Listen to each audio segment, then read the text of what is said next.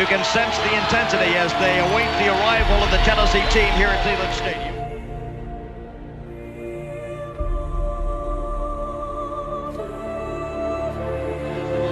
The #1 undefeated Volunteers prepare to race onto the field. Everything is riding on this football game. So there's a special intensity, a special urgency. Here come the Volunteers. Wherever you listen throughout the world, it's football time in Tennessee.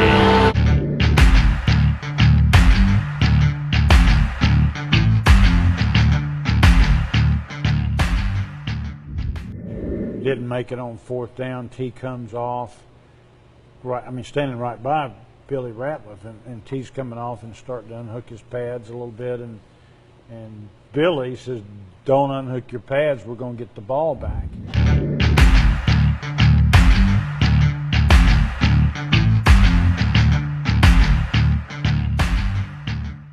Second down and 11 for Arkansas. 1:47 remaining. One timeout left. Call it 12 to go for the first down. Sterner lost the football! Oh my goodness! He stumbled and fumbled, and Billy Ratliff recovered! We made this play. You know, Billy Ratliff knocked this All-American guard back into the quarterback. He stepped in on his foot. Quarterback probably made a mistake, you know, not just falling on the ball. Billy not only knocked him back, but he got the ball back for us. So, how important was this fumble recovery? Well, I mean, it meant the season. You probably didn't know that at the moment, but it absolutely meant the season.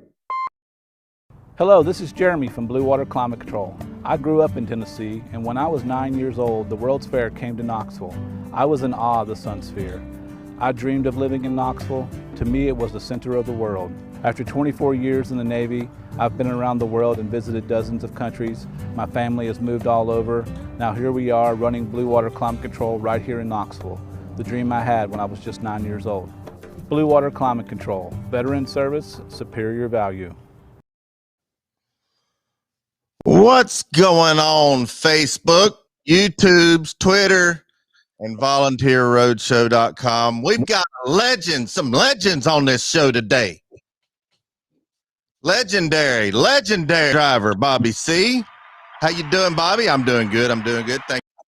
And there's a football player on here, Billy Ratliff. How you doing, Billy? I'm doing good, man. I'm just glad to be back, man.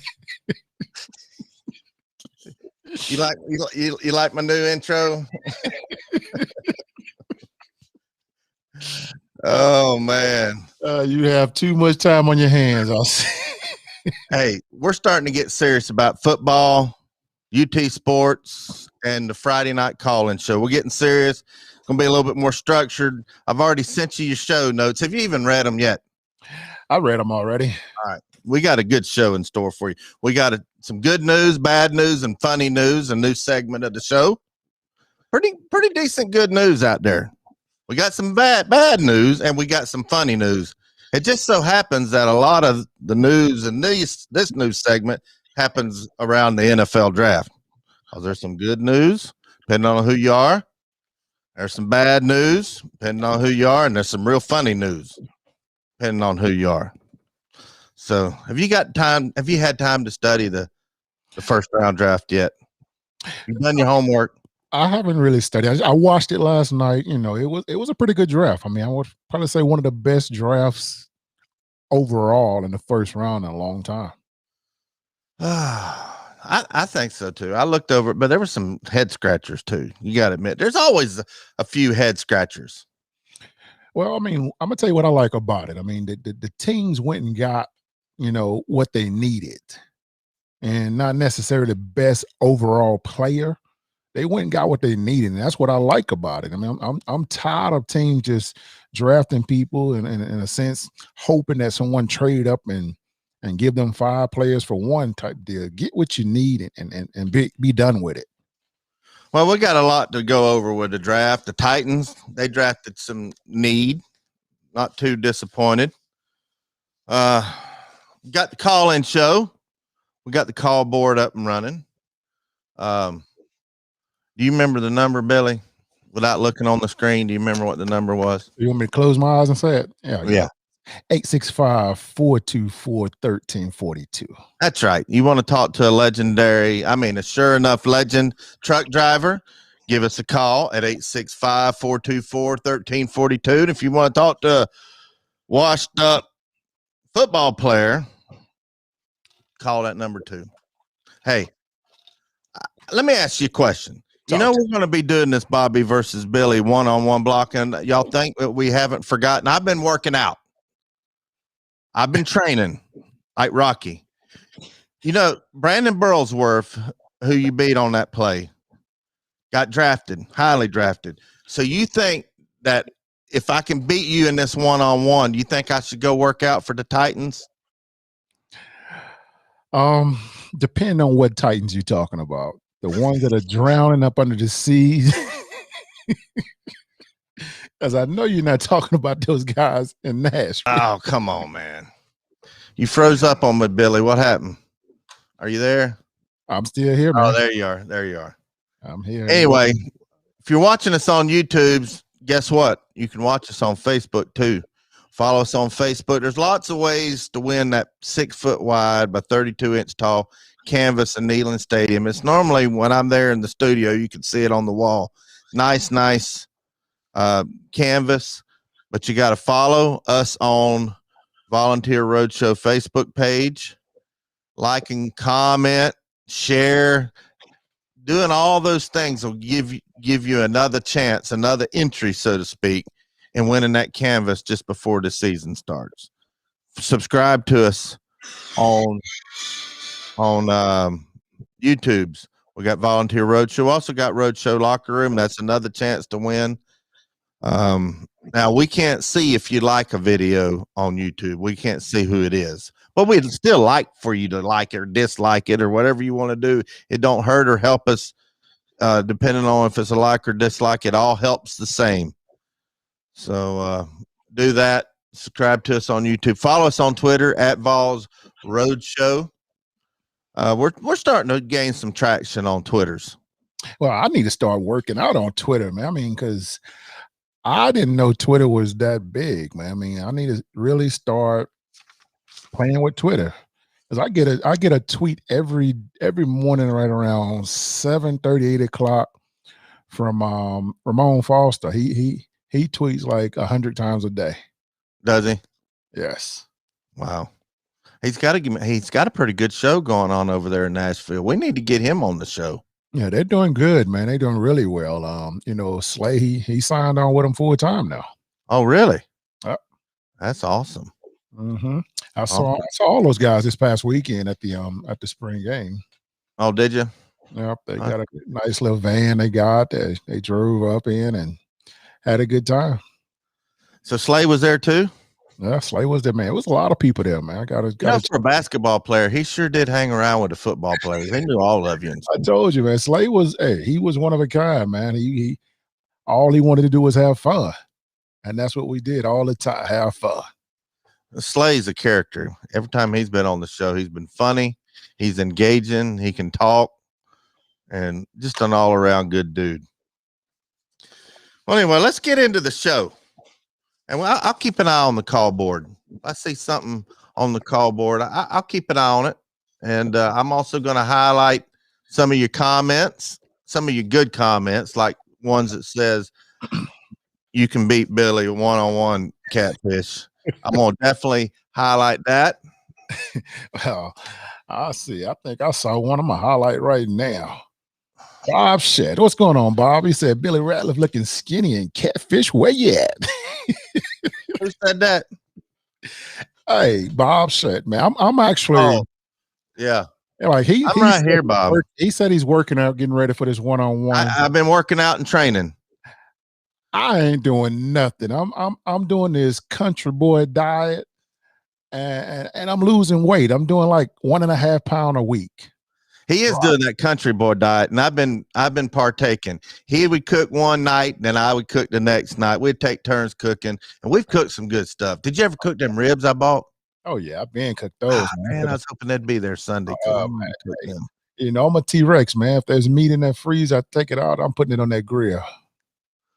Oh, man. Well, we've had some good food. We're going to eat some good stuff when I get there. Why don't you give some shout outs on Twitter? I see Bo. I'll give some shout outs on Twitter. I see Bo Ransom. He says Twitter is better than Facebook. Maybe I need to get on that. We most definitely need to look into that. Anyway, give some shout outs on Facebook, and I'll shout out YouTube's, and I'll highlight some of the comments here. All right, let's see who we got on. We got Jason Young on. He said, "Go Vols." Hey, what's going on, Jason? Let's see. And of course, my man Bob, he said, "We miss you, Billy." Hey, I miss you guys last week too, man. I just had a busy weekend last week. All my teammates came in, even some of the guys before me was in town, and we pretty much had a little blast together. You know, they had the little the thing for Al Wilson with the induction into College Hall of Fame. So it was a pretty big deal, man. We got together and tell me about that. I filled in for you last Friday because of that. Hey, so I heard you did a heck of a job, man. You did a heck of a job, man. Yeah, I know I did. And you know, I keep telling you, you started this show, so it's gonna be easy for you. Even though I saw you sweating at first. Nah, I wasn't sweating. Yeah, and we had a good time, man. We even got a chance to meet all the coaches. They came over and pretty much celebrated with us, with Al and everything, and good meeting with those guys. You know, I actually, you know, my first impression, I liked the guys.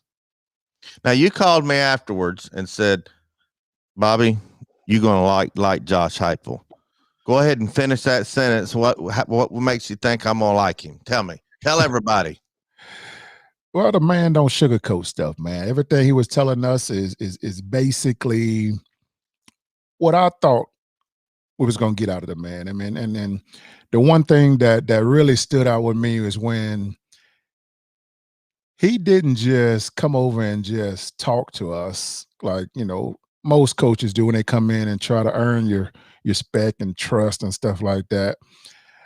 If you didn't know he was one of the coaches over there, you thought he was one of my teammates over there, just filling in the gaps and stuff while we was having a good time. You know, and Al even told him, man, "Hey, I thought you was crazy when you took the job, man." He said, "Anybody right now come in and take the mess you taking over, man, you must know something that we don't know." And that right there spoke volumes to him when Al told him that, because that made him feel really good about it. The fact that he saw something that he wanted to put back in the program, and that's what I keep telling people, that family oriented situation, man. And he's already building it already. Well, that's good to hear. The elephant in the room, we've caught quite a stir on the Hill with our athletic director. What we got? Well, somebody asked a question. I don't know if this was an interview or it must have been an interview, because somebody asked a question, is how important is it that the volume of donors increase? And it's not that you are asking the top 5 or 10% more. How much of it, you know, just talking about the donors. Mm-hmm. And Danny White caused a stir. And you tell me what you think when I read his comments. And you may have seen your boy Swain tweeted about it. I haven't. He said, one of the things, this is Danny White, our athletic director. He says, one of the things I've noticed as a challenge, and I knew about it coming in, but it's probably a new challenge for me, is some of the negativity of our fan base. I think of that probably is bred from the fact that in a broad base way, we are not asking them to be participants. That's what we're going to do now. We have these unbelievably generous leadership level donors here that have done so much for this place, and I hope they continue to do an awful lot for the future of our athletics department, and I think they will, but we have to get more people in the fold. We have to get more people invested who have skin in the game, Billy, and are helping us. I think as we do that, obviously financially, those dollars are going to help us invest in our programs, build facilities and those things, but also having active participants. out in their communities in East Tennessee, throughout the state and around the country, spreading the good word, educating people about the real facts on the challenges we are facing and how we are working to be Tennessee everyone wants us to be. All right, Billy, it's your turn. Tell me what you think about that, and then I'll give you my 2 cents.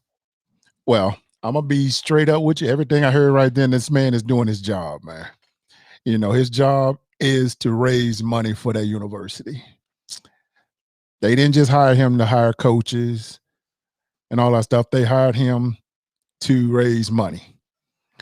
And yes, I mean he's right about, you know, the fans. Yes, I mean our fans are being a little negative with the situation because they have yet to give this coaching staff a chance. They're still dwelling on what happened last year, the year before, and all that stuff. But they got to realize that the 90s is gone. The early 2000s is gone. Other teams have passed us up, and now they just got to wait until we get back on track. And it's going to take a while to get on track.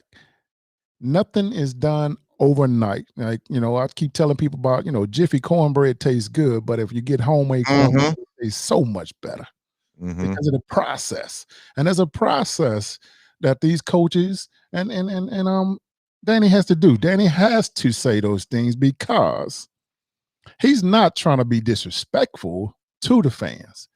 He's actually asking the fans that, please bear with me. Give us a chance to show you that we are here to make this team better.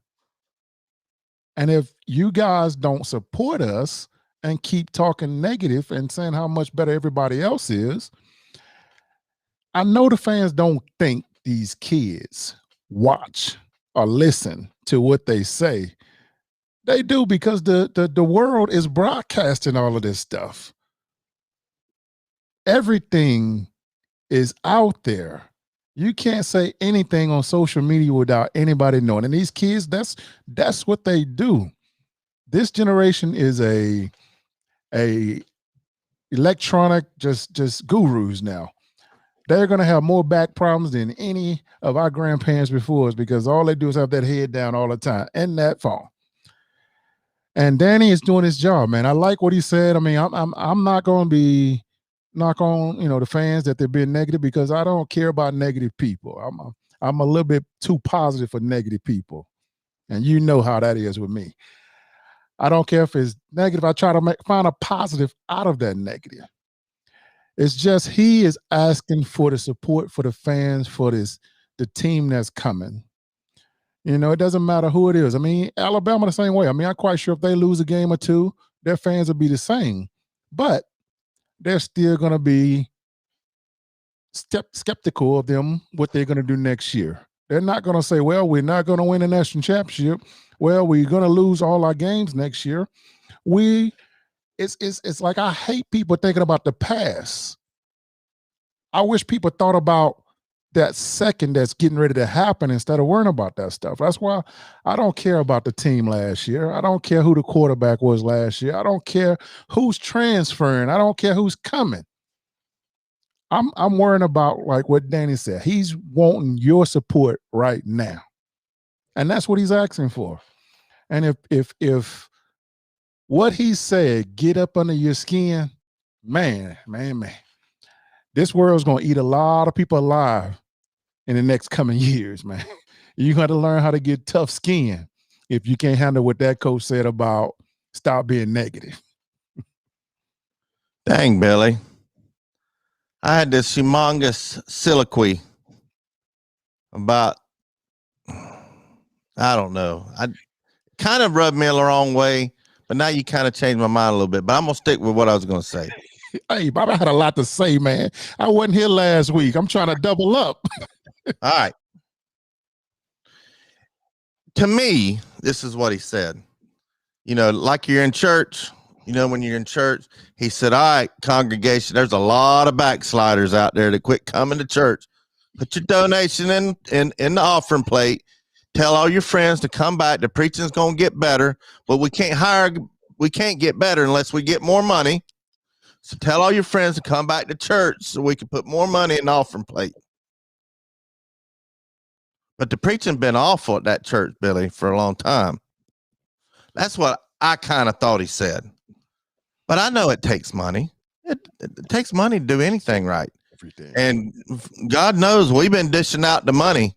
And talking about skin in the game, oh, that's probably the comment that rubbed me the wrong way. What do you mean? I got some skin in that game. I got some emotions in that game, in this team, in this university, in this state. And man, I've got the scars to prove it. Well, see, but let me give you my but. But what makes me the maddest and upsets me the most, Billy,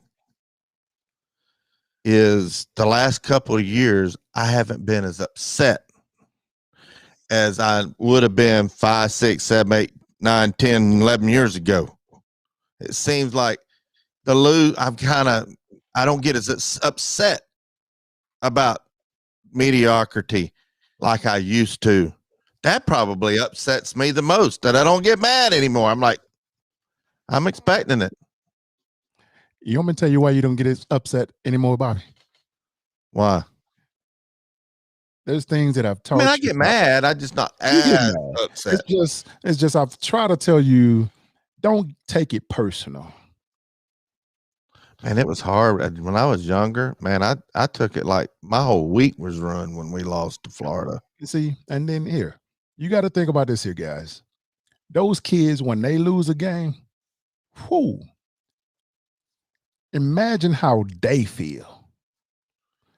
I'm telling you, when I lost a game, and I really lost games whenever I played anything. What was it? 5 games is all you've lost in your whole career? Was that what it was? Yes. But when I lost one of those games, Bobby, oh my gosh, it crushed me, man. Because I mean, all the work I put in to figure out to try to beat these dudes, and we still get beat. Oh, it crushed me. And of course, I mean, I took losing a little bit different because that loss, I'm gonna take it out on the next team that I play or the next teammate that I practice against. Things are so different now. You know, I even with Coach Hyper, you know, I'm gonna just call him Coach Hype. Coach Hype, when we was talking over there to this man, you know, he said it, man. We still got some players to give. We got a long way to go. You know, Danny, he knows they got a long way to go, especially with raising money again, because the team has not been successful, especially the football part of it, and donating has went down. Who wants to invest in a losing program? That's what I say. You know, go look at Vanderbilt. Look at their stadium when they're playing. No one is investing in that program. They're losing out on money. They're losing. They almost can't even afford to keep the doors open. But Vanderbilt is a rich university. Yeah, they do got a bankroll. Yes, they are. But I respect what the man said. Until he give me a reason not to, all I can do is go by his words until he don't do what he said he's going to do. And I'm giving the man 3 years before I start evaluating. I'm going to give him time. I'm just not going to get hyped up like I have the last 4 or 5 years thinking this is going to be our year. But you know, that's the state motto. I know, but I've always, and I keep telling you though, when you get new coaches and any team now that get a new coach and go to, and they get a brand new team or whatever, they don't expect for that team to be as good as they used to be. Don't expect to see what happened over at Coastal Carolina and Liberty anymore, especially if they keep the transfer portal the way it is. Because now when these coaches go to these new programs, they won't have a group of juniors that's going to be seniors and have a huge senior class to step up and help this team win. That's the key to success on any program, is having veterans, juniors, sophomores and juniors that have played a lot of football and hoping that they are going to be the next best thing. Tennessee is very young. They lost 100% offense, 100% defense. Their best offensive player and their best defensive player. How do you just overnight replace that if you didn't have any kids behind them that's been successful this year? So this man here, when I say he is truly rebuilding a team over there on the hill, it's a true rebuild. I hear you. I mean, I guess what I got to say is he's already spent the money. He's already signed the contract. Now, time's going to tell whether or not we owe Pruitt anything. We probably got to give him something. He's already hired his coaches. Let's go win. And then when we start winning, then come ask us for some money. That's how I feel. Well, that's not how that job works. I know. That job, it is a instant transition. He don't have time to work out and get better.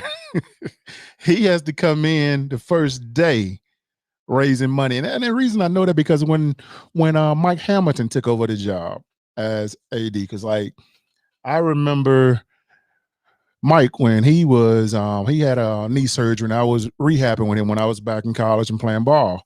And we got pretty close because when I was working out or rehabbing, he was rehabbing. And when he got the job, I went over and talked to him when I think it was when Kiffin them first came in, and he was basically teaching me and telling me how things work because he had just really learned how to do everything himself too. That's when I straight up told him, I said, Coach, you heard a lot of coaches that are one and done coaches here. He's like, what do you mean? They call me Worm. What do you mean, Worm? I say, you got a bunch of head coaches over there. You're going to be here long. He say, oh, man. I say, all right, I'm telling you. And guess what happened? They all left after 1 year. But he was telling me how donation work, man, that there's so many ways and places and people that has to donate to the university in order for them to pay for those scholarships for those kids over there. Because I didn't know that's how it worked. There's a lot of ways how those scholarships are getting paid for those kids to go to school. Well, let's hear from a caller. We're going to get to the call board here in just a minute. Let's go.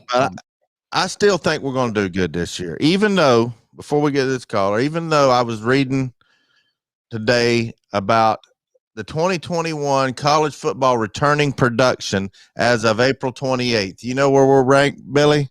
Where? Think we're in the top 10? Returning production. You think we're in the top 50? No. You think we're dead last? Close. Yeah, we're almost dead last. 122. Oh, wow.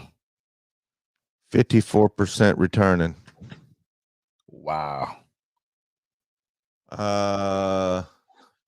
Miami has 91% returning. Liberty has 90% returning. I'm just going through this list.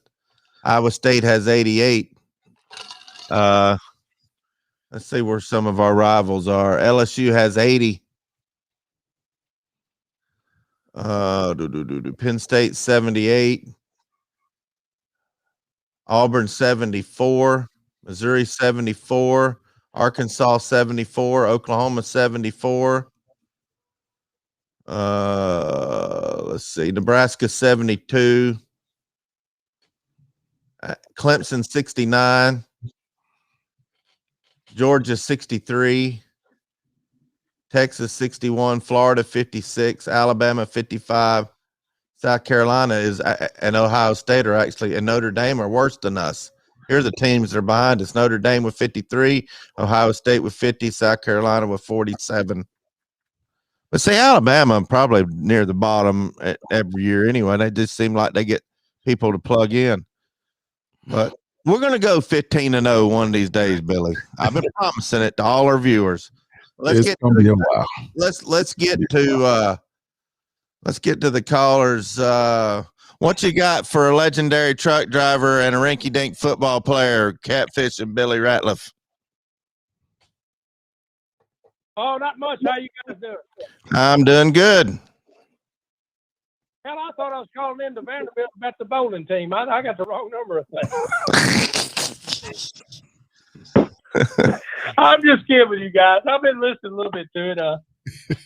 What do y'all want to ask me about Tennessee football? I've been watching since 1964, off and on a little bit. I've got about $1 million invested in them. I don't know if that's good or bad sometimes. Well, what do you think we're going to do this year? What are we going to do this year? Are we going to be any better? Y'all are going to fall out and call me an idiot and all that. A lot of people said 6-6, 8-4. I looked at our schedule. We play 4 chumps non-conference. Okay. Bowling Green was the last in the Division I last year. They were dead last. We played Pittsburgh, which is I don't even know what conference those idiots. They're in the ACC now. I think they used to be an independent or something. It don't matter. They're not very good. They'll fold under the heat down there at Neyland Stadium. They'll blow completely up. We play them in September. It'll be about 100 on the field, and they won't be able to stand the heat because they play up there in the cool weather, and they'll blow up because that offense is going to be running 90-0, and they're going to go. Oh, Billy knows about the 15th play of a drive. If it lasts that long, it'll be time out, and their hands will be on their hips. They'll be dying. But anyway, we'll go 4-0 on that. We're going to catch Georgia. They think they're going to punch us right in the mouth. We'll catch them, surprise them in November. I like it. I think we're going to beat Florida Swamp because they're not very good this year. They lost a lot of people. They lost Trask or whatever his name is. They got a black quarterback that runs the option pretty good, but he can't throw it to me.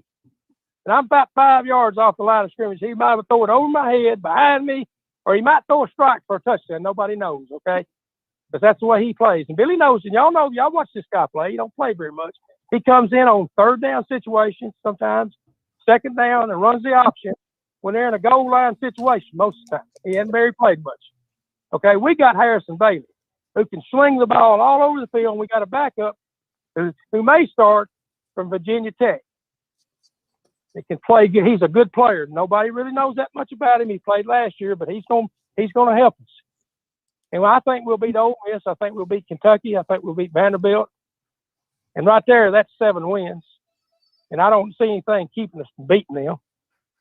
Georgia, Florida, and Alabama is more challenging, but they're beatable. If you bring the right kind of emotion and you stick them right in the head, helmet with it, you can beat them. Because they're going to think they're going to blow us off the field. They're going to think that. I know how kids think. I played college ball. I know how you think. Billy knows. If you punch them in the mouth and you get them down, it's hard to get up sometimes, especially when you're on the road. I've seen things. I've been to Auburn when everything looked good, and all of a sudden it'd turn on a dime. Their crowd to get into it, you couldn't hear yourself think. And I'll tell you, it's hard. It's really hard when you get down there and you're going, my God, this crowd is all over us. Not always like that in Neyland Stadium. I've been there 1,000,000 times. And it's hard on the road in SEC, except one place. You don't hear no crowd. That's Vanderbilt. You never hear nothing there because most of the time when they play Georgia, Tennessee, Alabama, or Arkansas, most of the crowd is from the opposing team. Billy knows it. He played over there. Yes, sir. I used to go to every game over there. I used to go to the Memphis games. Mm-hmm. We played Memphis. So I've been to over about 400 Tennessee football games. I've seen this one wasn't very good. I've seen this one real good. And I've seen this one were terrible. But one thing we need to do, the fan base needs to come to the game and back the Vols. This naysayer fan that don't come, it don't matter if you win or lose, you got to support your team. I heard they say donations are down and all that. Well, let me tell you something. We're never going to come back if the fans don't support them. And I hate people that's negative. I cannot stand negativity. With me, the glass is always half full. And we're going to win 10 games this year, I think. I think we're going to go 10-1. We lose to Alabama in Tuscaloosa. In a close one. I love it. Because we got talent. Jeremy Pruitt, we got talent, brother. Jeremy Pruitt just couldn't develop it. There's players in Tennessee right now. Small at running back. Bailey and Herndon at quarterback. The offensive line, there's a walk-on named Daines. I've been looking at this stuff. Now, I hadn't watched it that much. He's number 66 or 69. You got the Cooper brothers. You got Darnell Wright. You got this. You got a couple of backups. One of them starts with a K. His last time. He's a big black kid. He's good. I can't think of his name. I think he's from St. Louis. He's a lineman. He can play. Jerome Carver from Memphis. He can play guard, center, or he probably could swing out there and play tackle.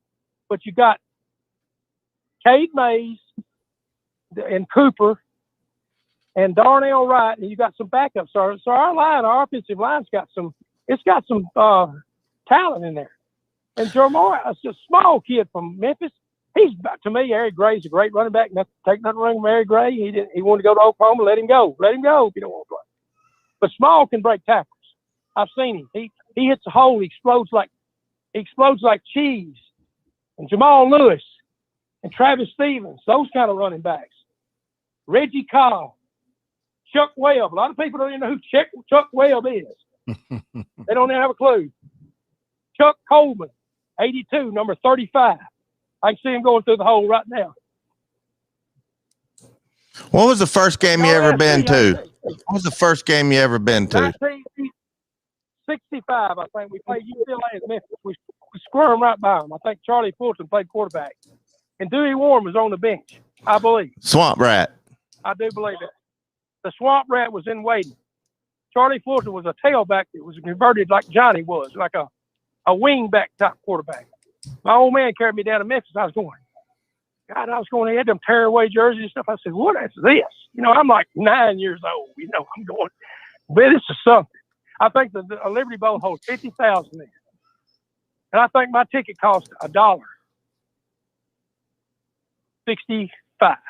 Golly. A program was 50 cents. A program was 50 cents. I still have some of them. The next game I remember going to was in Memphis. The next year, we played Duke. We beat them something like 65-0. It was just a blowout. They were horrible. And I got a Duke football. They kicked in the sands. I grabbed it. It was like, warm-ups? And my old man said, you need to throw that ball back there. I need that football. And I said, I'm going to hold on to it. They make me throw it back. And so first thing you know, I was going to throw it to the kicker. He's like the kicker down there at Duke. And he said, oh, don't worry about it. Just keep it. So I kept that Duke football for years. I'll never forget that. And I had remember Johnny Chavis, he played football at Tennessee. I had his tearaway jersey. He was number 46. He played defensive. I think he was a walk-on before he coached at Tennessee. So I had all those guys. I remember Shuler and Bobby Scott, Kirk Watson, Larry Severs, Andy Kelly. They go on and on. Remember Steve Alatorre, James Berry, the Berries, the Berry twins. I met James and his son. His son got hurt. He was playing, I think, Kansas City. And I lived on Eric Berry, yeah. His son, right. He came over. We had a picture made with him. He was, recovering. I met his dad. He's a great guy. He played running back at Tennessee in 1980, 81 when they had I can't remember who. Jeff Olszewski played quarterback. I think Barry was in the game, my first game. Mine was 1979 Notre Dame. It came to Neyland Stadium. Jimmy Streeter. Right. I was there. That's my first game. Yep. And they were highly ranked. They was ranked like number 3 or 4 in the country. Yeah, we wasn't ranked. I think the next week we got beat by Rutgers. Johnny beat Notre Dame. We lost to Rutgers next week. And I was going, what's a Rutgers? I was going, well, that's somebody comes down here when you're flat the next week and beats you. Or it was the week before. We were up and down that year. We'd win one, we'd lose one. I was going, what is going on? Because Johnny would get them ready one week, they wouldn't be ready the next. Here we wasn't good enough to overcome. When you're just halfway good, he'd only been there 2 years. He took over a program that was in ruins. Yeah. Yeah. Nobody said Jimmy Streeter. We had Jimmy Streeter. Yep, Jimmy Streeter was the quarterback. Loved him. He was my first Tennessee hero. Right. Well, listen, I remember Johnny came down there and he said, guys, the facilities are run down. It's going to be a while. Johnny was a salesman. He knew what he could tell the Tennessee fans and what he couldn't. And back then, you couldn't get on Facebook or something. Back those days, you didn't have cell phones or nothing. You could get away with Johnny drinking and having a good time. You know, he did a little of that. Now, who don't? You know what I mean? Who don't like to do it? But anyway, the way Tennessee was in '79, they just got good enough to compete because when Dickey left to go to Gainesville, we had a great football team, but if you don't recruit 4 years later, you don't have any players.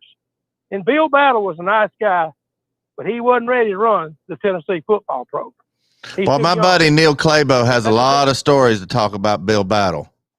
I don't know. Do you remember Claybo, the punter we had? He's a good friend of mine. I've been went fishing with him a couple years ago. A great punter. Yeah. A great punter. And somebody could boom it 50. He could book it 60 yards in the air and kick it on the coffee. Then he punted in a couple of Super Bowls too with the Vikings. Yeah. Right. You're right. Back when they was the Purple People Eater. Right. Capigo, one thing he could do, Coach George Capigo, he could coach the punt team and the special teams. They were the best in the country because I don't know about what I know what he did.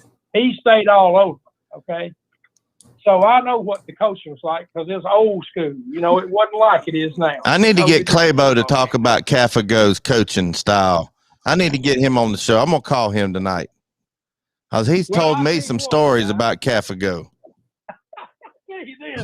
In 1981, I went to the Rose Bowl, and we played Southern Cal. We had a 2-game series with them. They beat us the year before in Knoxville. We tried a long field goal at the end. We just barely missed it, and we'd beat them. But 81, we weren't as good, and we had Steve Alatorre quarterback, and we went to it was the first game, I believe. We went out there to Georgia had already dusted us all 44-0 down there. We had Alvin Toes playing linebacker. I'll never forget 44. I looked at him. We was wearing all white at Athens. And Herschel Walker had about 200 yards in the first half. He didn't took his pads off. And I looked at Alvin Toes. It looked like Herschel had run all over him. He had the Georgia green grass all over his back because he had run through about 100 tackles by then. But anyway, long story short, the long snapper, I can't remember his name. I met him. But he said, Cafigo said if he saw that damn Trojan horse go around the football field one time, he's going to shoot him. Because they'd run him stuff about 43-7, I believe the score was. They beat the brakes off us. So we lost the first 2 games, 44-0 and 43-7 in '81. So I do remember that. Yeah.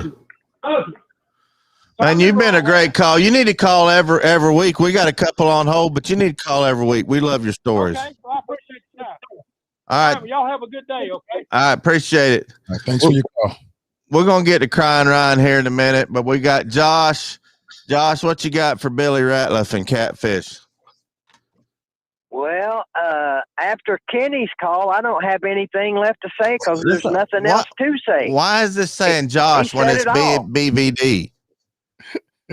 I figured if I said BVD, y'all wouldn't answer. I probably wouldn't have. See? I was smart, wasn't I? Can I talk to Billy? He's the only one on that show with any sense. Well, what? Billy, what'd you think about Will Albright playing linebacker last weekend? I think he did a good job. Only part about that, this is the only thing about the spring game for defenses. They don't do anything to make defense look good because they're trying to sell tickets. They're trying to get the crowd into it and get them ready for next year to get them excited. But I watched some film and I watched the game, and defense looked good, man. They look a whole lot better, but he played well. I think we got a few kids on the defense that'll keep us from getting humiliated on the defensive end of the ball, because that could happen quite a bit this year if we're not careful. And you're right. It was a show. You could tell from the first offensive series was a disaster, but after that, it was a show. Yeah. And if that don't tell you anything at all, it at least tells you that Josh Heupel's got good sense, you know to come out there and give the fans something to be happy about, something to talk about. See, now look, they done got Kenny talking about us going 10-1 this year. I want some of what Kenny's drinking. I see everybody's wanting to know whatever happened to Catfish, my twin brother, that he died and he got reincarnated as Kenny. Man, I tell you what, dude, I was thinking about that. I was thinking now, Kenny loves to talk.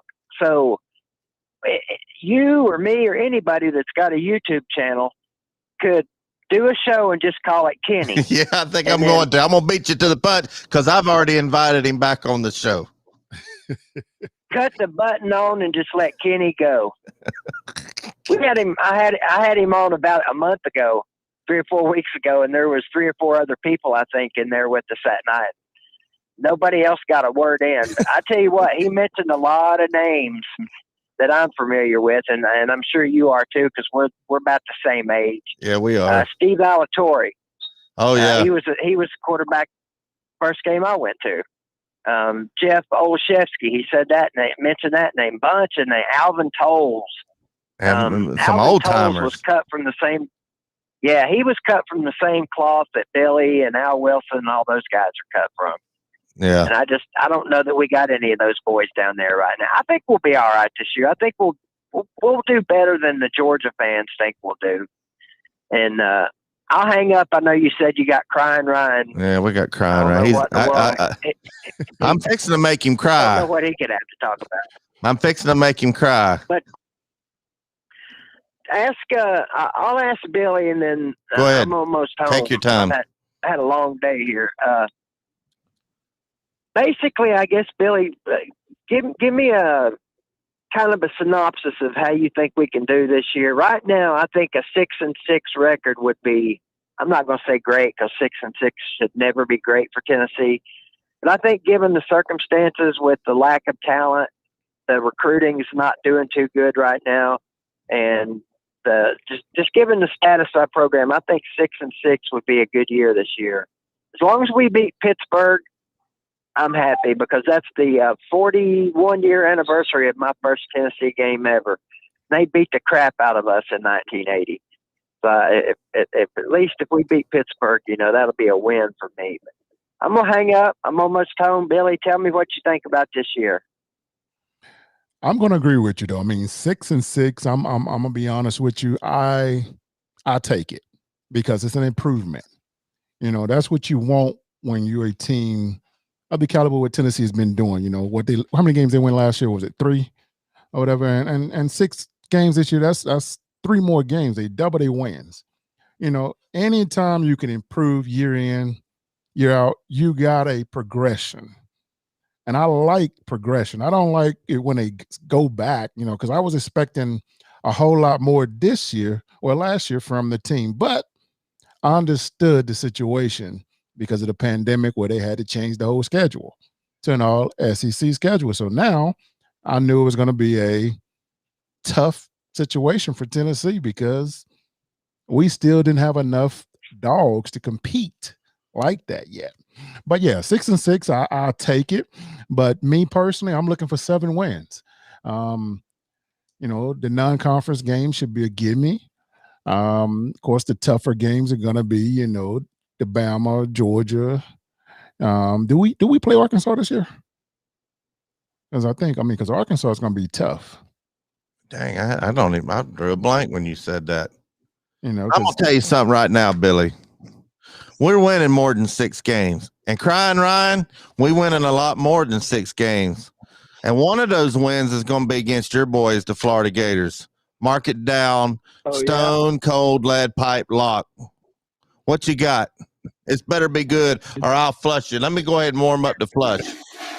I'm getting it warmed up. All right. It better be good. All right, well, Tennessee's win-loss is set at 5 over-under wins. That's a hard choice to make because you're either getting lucky and winning one game that you're not supposed to win, like South Carolina or something. Maybe Kentucky. You might beat Kentucky, your biggest rival, or you might just completely crap the bed and not go here. But I never thought I'd meet a more delusional person than Bobby C. until I heard Kenny talk. And I have Bobby C. written. That's my boy. Hey, you're Bailey treading on is a thin Heisman ice there, brother. contender. You're treading on thin ice. Don't be knocking Kenny. I have your written word that Harrison Bailey is a Heisman contender. That's how I know you're delusional. I was drunk that night. But then you have this guy named Kenny saying y'all going 10-1, only lost to Alabama and it being close. Don't we have 12 games though? Huh? No, you won't come anywhere close. You won't come anywhere close. I've already got one flush him. I already got one. If I get to 4 flush hims, he's gone. It's got to be from different people. I'm predicting 5 wins this season for Tennessee, which would be progress under a new head coach. We're getting more than that. Also, in the Uncle Lou comments section, I don't know how many of y'all saw it, but there was a Tennessee fan that went by the name of G. White. He said Tennessee should average 40-plus points per game. You tell me. I know G. White. He used to watch us. Have you ever averaged 40-plus points per game? No. And you never will because you're just not a good program. Do you know who we got at quarterback this year? Yeah, running back, maybe the name small, but he ain't going to be small. He's a bottom half SEC. He's a bottom half SEC quarterback. Okay, so hey Ryan, hey, question. What do you mean by not a good program? I mean, right now you're talking about your football program. Your coach is not the problem, which you continue to see that you don't think it's a problem. What is the problem? You fired. It's not the problem. I know. You're just not a good program, and you have to continue to fight till you have one good year so you can instill in these recruits' heads that, hey, you're on the up and up, and you have to keep doing that until you build back up some of that pride that you used to have back when Billy Ratliff played. Because right now, when people see Tennessee on their schedule, they check that one off and look to the next week. We even have an Alabama fan, my good friend, Hoss 4107 on YouTube's said flush him. They hate me because I speak facts. I'm sorry, I'm not delusional like you, Catfish, who thinks. Well, you've Bailey lost half your team. Heisman contender. You lost. Give him a couple of years, he will be. Hey, you lost half your team. You lost a quarterback, and you think Emory Jones is just going to be a plug and play quarterback, and he's going to win 10 games for you. He ain't. I've got texts where you hated Emory Jones at one time a couple years ago. Because he was a bonehead a couple of years ago. We got to see where he is. I've seen some highlights of him training. Good. Okay. How many wins are you going to have? You don't have Kyle Pitts anymore. Tony got where did he go? He went Philadelphia? He went to the Giants. Giants, that's right. That was a good pick. He's a good receiver. Also, I just want to point out Kyle Pitts is the highest drafted tight end in the history of the NFL. So he's the best prospect, and he's going to have a better career than your boy Jason Witten. Get out of here. Who's covering him? I want to know. Just be quiet. There's already Atlanta fans ticked off that the Falcons drafted him. Did you know that? Yeah, because they don't have a defense. I'd be upset too, but he's the best player in the draft. Here's some audio. Here's some audio of that pick. Here's some audio of the pick. You ready? Listen to this. This is what Atlanta Falcons TV thinks. I told myself I wasn't gonna get this. Here I am. I'm not ready. Sweating. I'm not ready. Now I'm gonna just be mad. The Atlanta Falcons select Kyle Pitts, the tight end from Florida.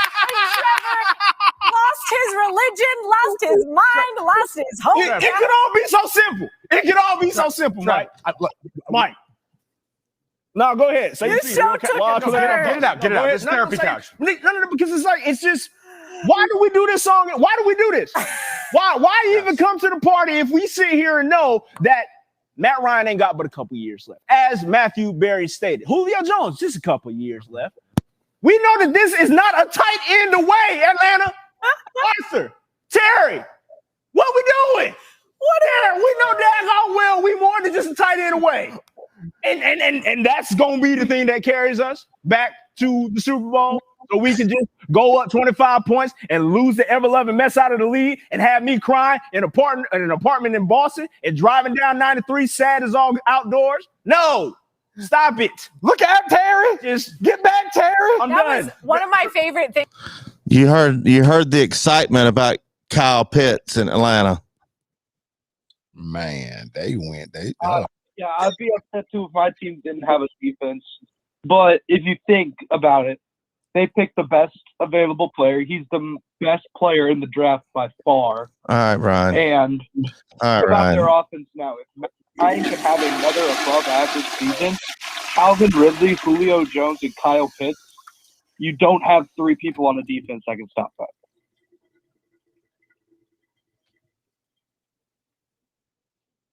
I think that needs a double flusher. It's a long ways to the kitchen.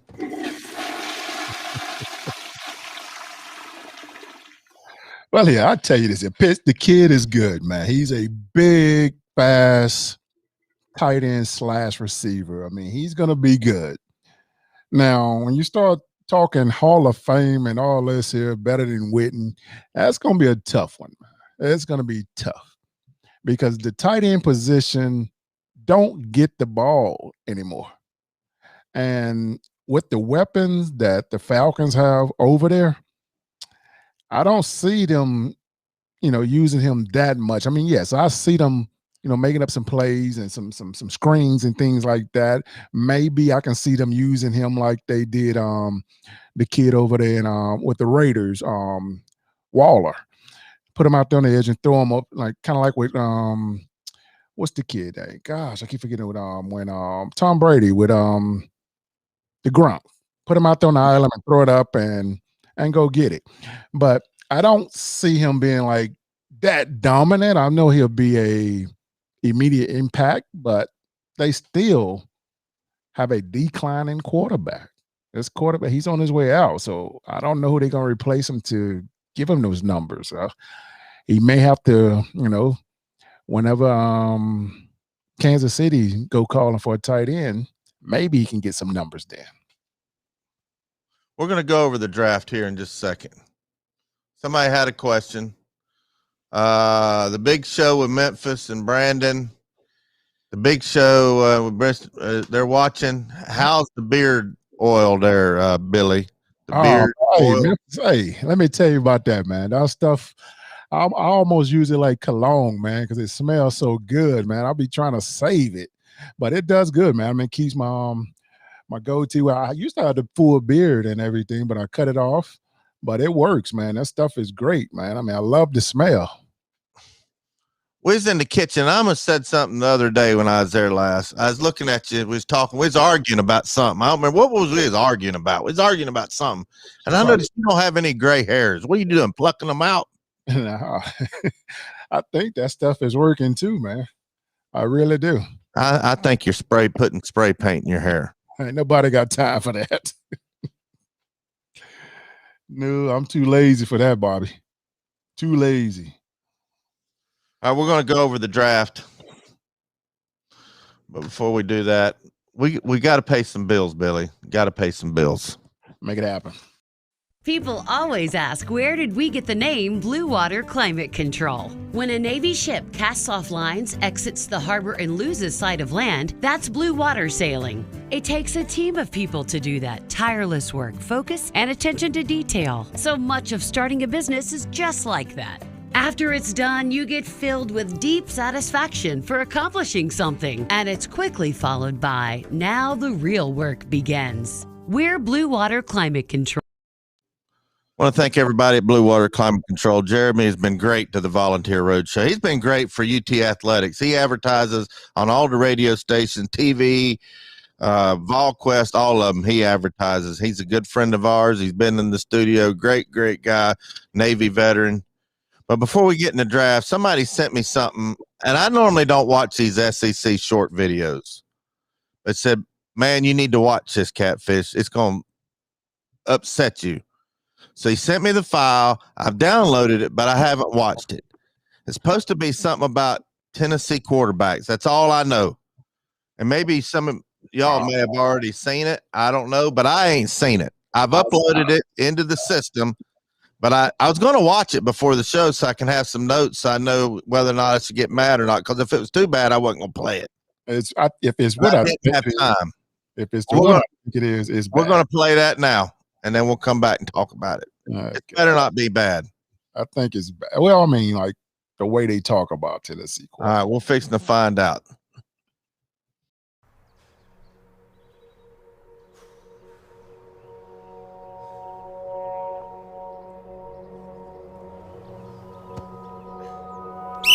Again.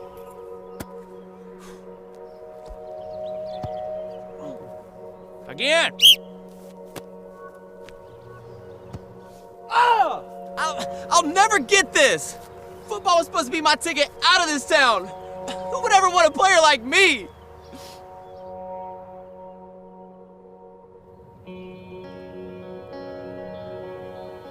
Hey, Brett.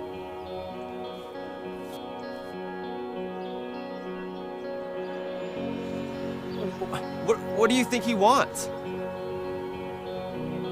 I think he wants to see you keep throwing. Am I ready? I believe in you. And I think it's time you start believing in yourself. Simmons, you're in at wideout. Excellent. 28 Tango.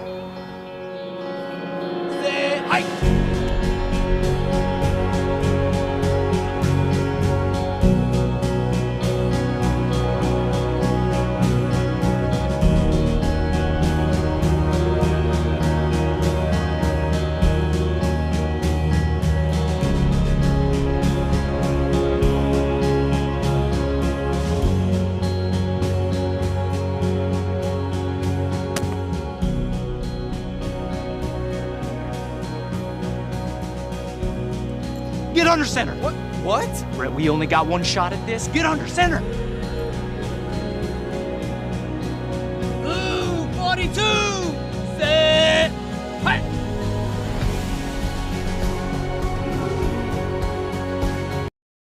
Oh, heck no, I ain't watching any more of it. They ain't right, man. That ain't right. That ain't right. They gonna do the fumble. Why they do my team like that, man? I can't wait till we start kicking people's butt again, man. If you got any money at the Renaissance Bank, take it out and tell them because you watched the SEC shorts. I want to thank SEC short video makers, but that wasn't right. You done us dirty. Oh man, I saw it already. I had a Bama friend sent it to me, and it was too funny, man. Hoss is even laughing. I mean, it's funny, man. I mean, you see how when the Tennessee coach came and then he was about to leave, and then the kid fumbles. He's like, "Hey, funny though." But then at the end, he goes, "Can you do that for me next year if you come and play for the Volunteers?" Oh no, golly.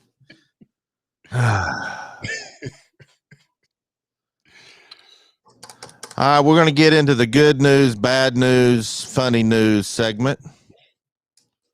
We're also going to read some headlines. Suspended Tennessee Vols freshman D lineman Isaac Washington enters the transfer portal. Didn't know that, but I know it now. Tennessee Vols QB Harrison Bailey ends any transfer speculation. He said the Tennessee Vols had 3 quarterbacks competing for the starting job this spring. 2 more quarterbacks will enter the mix this fall. Caden Salter, when his suspension is lifted, and Michigan transfer Joe Milton. There's general feeling that Tennessee will lose at least one quarterback to the transfer portal at some point this summer. It's definitely a likely scenario. There are only so many reps to go around, and talented quarterbacks don't want to end up buried on the depth chart with no playing time in sight. There's obviously been a lot of speculation which quarterback could possibly transfer. There have been cases made for nearly every quarterback on the depth chart. After Wednesday evening, it appears there's one quarterback we can officially mark off the potential transfer list. Sophomore quarterback Harrison Bailey, a former 5-star recruit who signed with the Vols during the 2020 recruiting class, posted a photo on Instagram that seems to indicate that he'll be at Tennessee all season in 2021. Well, if you've seen it on the internet, Billy, I heard Abraham Lincoln say this. If it's on the internet, it must be true. Oh, man. We got somebody talking trash about your boy, Billy. I heard about this. Just C 13 says JG's first pass at Washington State quarterback was what was it? Was it a pick or a touchdown? I can't even see. No, I think it was a pick, but I think he got his hand hit and he had to have something down to his finger. Oh, so it was somebody hit his hand. So, but to my extent of that, go ahead and tell everybody what you tell me all the time about JG, what you're wishing for. Sound like to me he's the starter, and you want him to you want him to do good. Shut everybody up in Tennessee. That's all I say. He is the starter. He only played one play the whole game, and he got hurt from what I've heard. Kevin Bear says Maurer and Hooker got more reps versus the first team defense. Was that a coincidence, or was there some reason for it, Billy? I guess that's going to be a question for you. I mean, it's obvious. It's very obvious. They put these teams together based off the talent. They try to make it fair in a sense, if they still do it the way I think they do it. But if Bailey didn't get all the reps with the first team or get any reps with the first team, that sounds like I don't think he's the top quarterback. Maybe not. I'm thinking based off what I've seen and heard. Every spring game you were in, Billy, did the starting quarterback for the season get the most reps? You were there for what, 2 or 3 of Peyton's years, 2 years of T. Martin's years. 100% of the time. So you're saying that Bailey's not even a shoe-in to start? Well, Peyton's sophomore year, his senior year, when he come back, how much did he actually play in the spring game? Was he afraid, or was he not afraid to get hit? How did the coaches treat him that year? The same way they treat him the freshman, sophomore, junior, senior year. They had a green jersey on. We couldn't hit him. Did that piss y'all defensive players off? Well, yes, because here we never had live action of how to actual sack a quarterback. We didn't get that until we play games.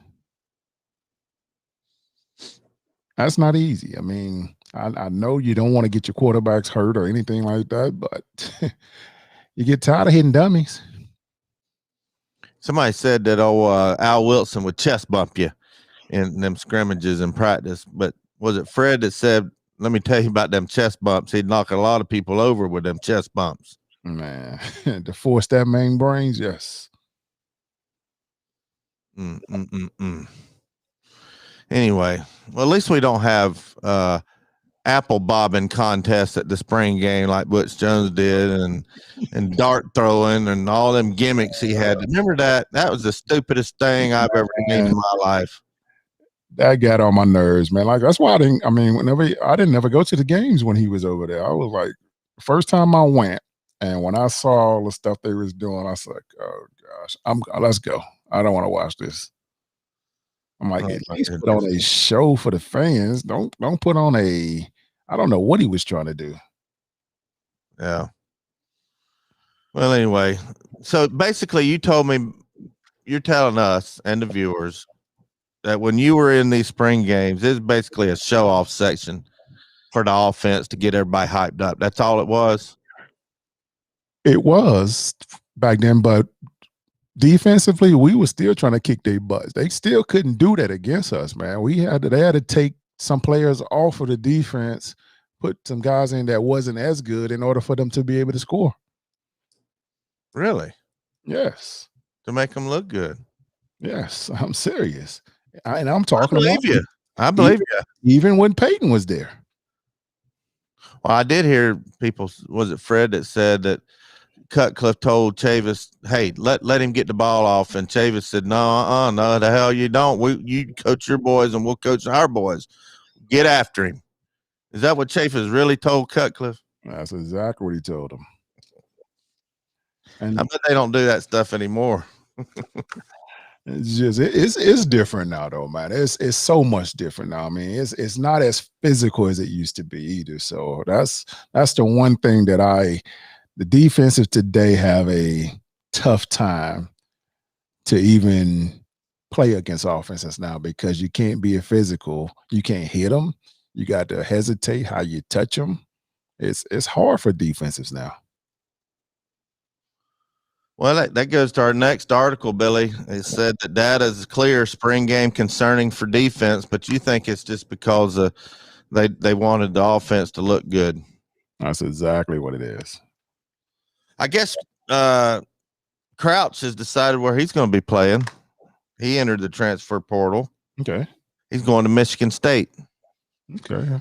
He's going to be a Spartan. Defensive squad. So, hey, not a bad move. I like that. I mean, I don't like it, but hey, for him, I wish him the best. Let's see. Let's go on to. Oh, did you see Danny Cannell's comments about the draft? He was all upset about SEC fans all over Twitter, and they were twittering about Alabama's first round draft picks, and they were going SEC, and he didn't like the conference homer. This is his tweet about that. He said, without Bama, here are the number of players drafted last night by conference. Big Ten 7, SEC 6, ACC 6, Pac-12 3. Cannell said on Twitter, so please correct the Georgia, LSU, Texas A&M fan when they chant SEC, they should really be chanting Roll Tide. Well, he's got kind of a point.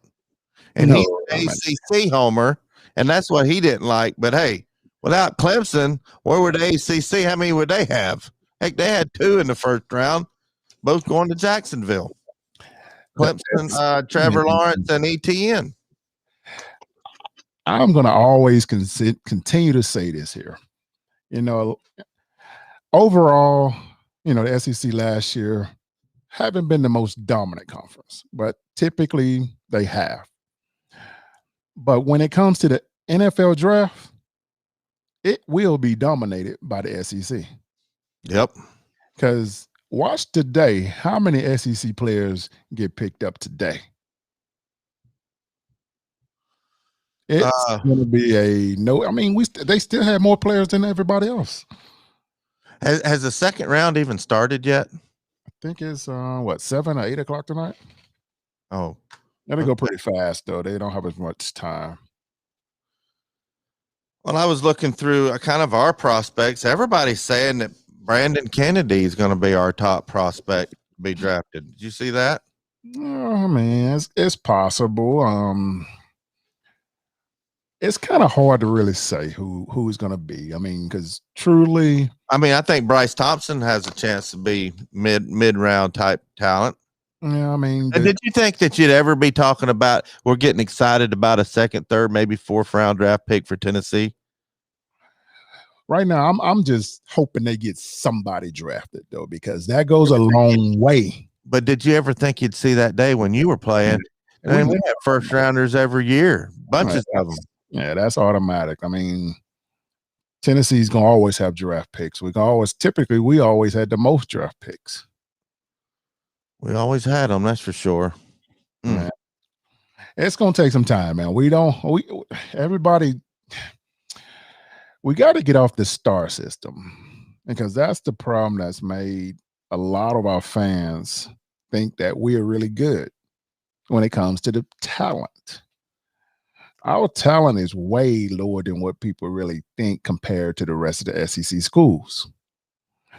Now, right now, to be honest with you, the only player that I would say that is a first round draft talent that didn't get drafted in the first round is Trey Smith. Yeah, and there's a lot of people that think he's first round talent, but they're scared of his health. Well, he could surprise some people and go Yeah. second, third round just because somebody's going to say we cleared him. We think we need somebody like him anyway. We're going to take a chance. It's not they already he is getting drafted, boy. I'm gonna tell you like he will get drafted. The only thing is he's gonna get stolen because he is most definitely a first day player. That's just the way they use it. Like there's a team right there that really want this kid right now, but they know that he's gonna fall down to where they get him for cheap. Yeah, But that's what they do, isn't it? I hope that I think because this weekend I hope that he talked with like some of the guys that went through some of the same situations, like Ramon Foster. Ramon didn't even get drafted, but Ramon will go down in history one of the best offensive linemen to ever play in the NFL. But Trey, I mean, the help part has been proven. He's okay. He can play. He can play. I don't even think he got picked up as a practice player right after the draft, did he? No. I mean, Ramon was trick-or-treating with me here at the mall with the kids. That's right. You told me that he was trick-or-treating with you when he got the call.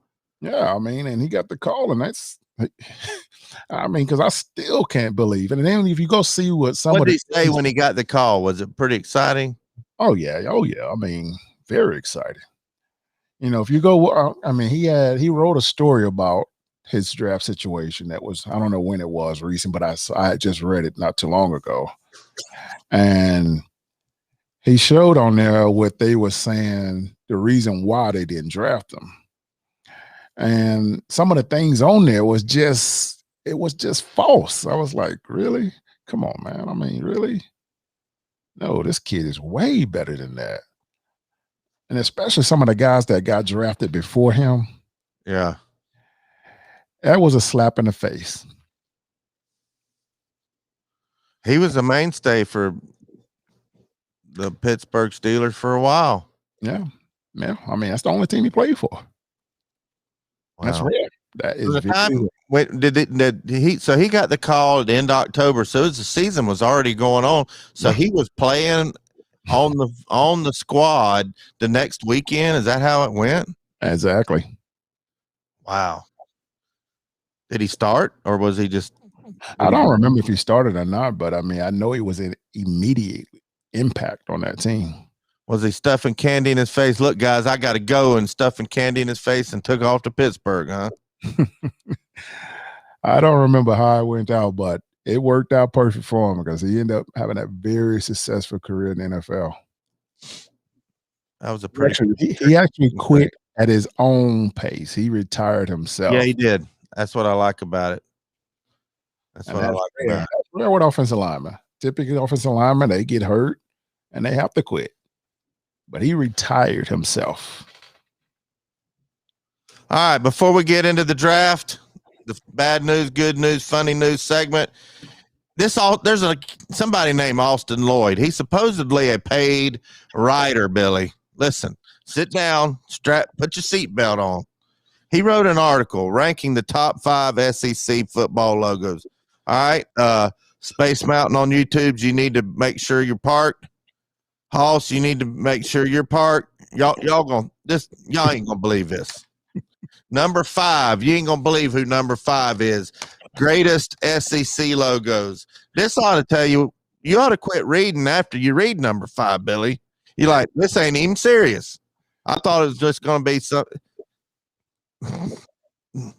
Vanderbilt's number 5 out of the SEC greatest logos. Wow. Number 4. Wow. Arkansas. I'm like, okay, if Vanderbilt and Arkansas is 5 and 4, we definitely got number 2 or number 1. Definitely. Wow. Nope. Number 3. That's actually started getting my hopes up when I read number 3. Mizzou. I said, if Mizzou's number 3, we definitely in the top 2. Nope. Number 2, Florida Gators. And number 1, drum roll, LSU. Oh gosh. I bet you $100 to a donut that he's an alumnus of LSU. What do you want to bet? I don't even know. I tried doing some research, but I couldn't figure it out. I mean, do they have a different logo that we haven't seen or something? That's just an article. Vanderbilt. Wow. Wow. You've had time to go over the draft. Everybody knew Trevor Lawrence was going number 1. Everybody and their brother and their grandma and aunt and uncles and cousins and third cousins, preachers, pastors, priests, they all knew he was going number 1. Well, I don't know. And I like number 2. I agree with you. Hold on. Slim Mosley, he made a comment worth interrupting the show. That gold star is trash. You're right. All right. Here's what I don't understand. We tried this North Dakota State University quarterback before. Mm-hmm. He ain't a top 3 quarterback. He ain't a top 3 player, but he went number 3. San Fran, they're going to be. I don't agree with that. And how in the heck? And Haas, if you're still watching, maybe I don't watch enough Alabama because I don't have the stomach for it, and I don't make enough Benadryl for me to watch Alabama unless they're playing my Vols. But why was Jalen Waddle drafted 1, 2, 3, 4 spots ahead of Devontae Smith? Were these teams not watching Devontae Smith all year? Well, here, let me help you out with this situation again. All right. Evaluation is totally different than what you see on the field. And when these teams evaluate you, there's certain things that go in that they take into account of how they're going to pick you up. You know, I mean, the one thing that I saw that when I looked at all of his numbers, he ran a 4.5 140. And that's the only thing I saw that. Who ran that? Devontae? Yes. It don't matter if you can run routes and break somebody's ankles and get in the end zone. What does it matter? A lot of that matter. Remember what you told me about somebody being 6 foot tall to being a quarterback or 6'6" being a quarterback? It's a big difference. I wouldn't draft a midget quarterback either. I don't know how what's his name in Arizona is going to do any good. You got to be at least 6'3" or 6'4". Then why is he doing? How is he so successful? Kyler Murray, that's his name. And how is he so successful? I don't know. It's defying odds. Same way with Drew Brees. I didn't like him when he was drafted. Who's the other midget? There's another midget out there. Who's the other midget? Doug Flutie. Russell Wilson. Russell Wilson. Right. I don't have any explanation, but still, if I'm a GM, they need to be 6'5", 235 pounds with a laser rocket arm for me to draft them. Period. And that's why you're not drafting them. And see, I mean, I personally think they could have went wrong with Devontae or Waddle. I mean, both of those kids were crushing it, and I think he was just a lot faster than with the measurements, and that's why they took him. All right, I give you that. But everybody was all upset that there were several pundits with NFL mock drafts that had Justin Fields like down in the 20s being drafted. I'm like, he's not going to drop down to the 20s, I'm telling you. And he proved me right. Almost a top 10 player. Do you think that's a good spot for him? I mean, he would have went early if they wouldn't have said he had some mental issues or whatever that was. Somebody always finds some reason to drop kids down or whatever to keep them from making certain. He's going to be good. I mean, I don't know what Georgia was thinking about back then, but he's going to be good. Chicago, I mean, I hope they build around him and get the offensive line if that's the future. but I can see it in his eyes after he didn't get drafted before some of those other guys. He's pissed. Yeah, he's gonna be. He's really mad, and I love those kids that take it out and say, hey, okay.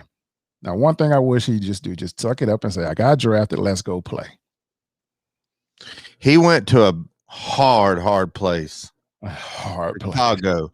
There, when you drive into Chicago, it has Chicago city limits motto, where the backup quarter is the most famous person in town. Backup quarterback, most famous person. That's their motto there. I think that's pretty much the motto anywhere. But he better have thick skin. And if he can make it in Chicago, you know, the only quarterback to ever make it at Chicago, Billy, is one that didn't give a crap. He was cocky as I don't know what.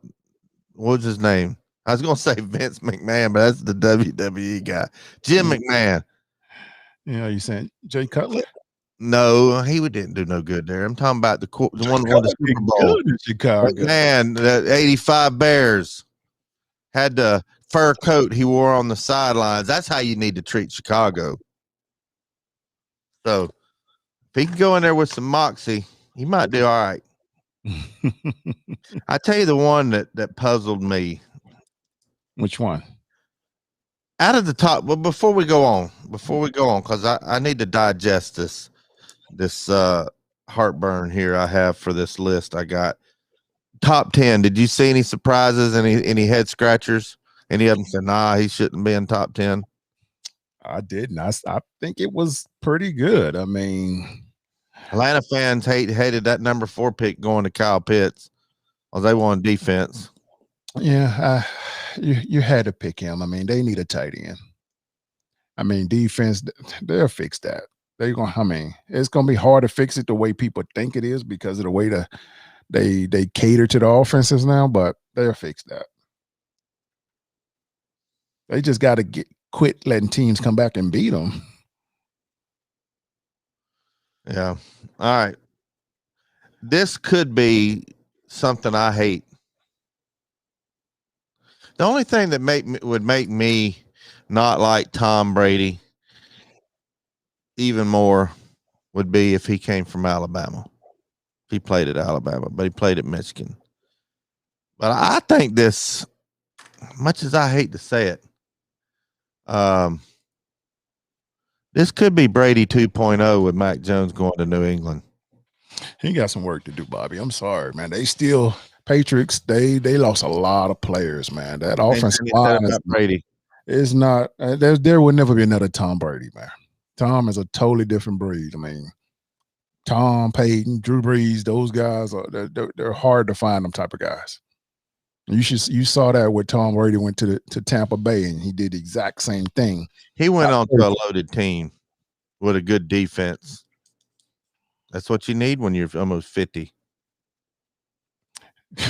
There you go with that again. Well, he is almost 50. How old is he? Almost 40. He is 40. And he's still. Hey, I'm going to tell you the same thing I told you on the couch the other day. I'm going to tell you the same thing, and I'm not going to stutter just like I didn't stutter last time. If it wasn't for Tampa's defense against Green Bay, Tampa wouldn't even been in the Super Bowl. You don't throw 3 back-to-back interceptions and win a game. Well, tell me that you just don't do it. If Tom Brady, they wouldn't have been there. If Tom Brady, he wasn't on that team, period, that team wouldn't have been where they were at. I didn't say he wasn't a good quarterback. His presence alone in that building changed the whole culture. And I'm not taking that away from you. I'm just you need to address the issue. What I said was, without that defense, you don't throw 3 back-to-back interceptions unless the game was given to you. And Green Bay's coach gave it to them, and their offense couldn't do nothing against Tampa's defense. That's what got them into the Super Bowl. And I'm going to tell you again, whenever you take that fan out your mind and start thinking like a player and understand the game of that, get out of here, man. Really, I played some football. He still played his part, though. If he wouldn't have did what he did in that game, they wouldn't have been in that game. I understand the defense played well. That's part of the game. If I mess up, hopefully you take the slack and help me out. Just like if they score 100 points on you, I got to score 101 now. So what do you say? The defense still saved them? Yep, and just like Kevin said, Peyton never won his second Super Bowl without the Broncos defense. I'm telling you, that defense was stout, and he had some loaded up wide receivers. Evans, who are garbage offensive line? Two? I can't remember their names now.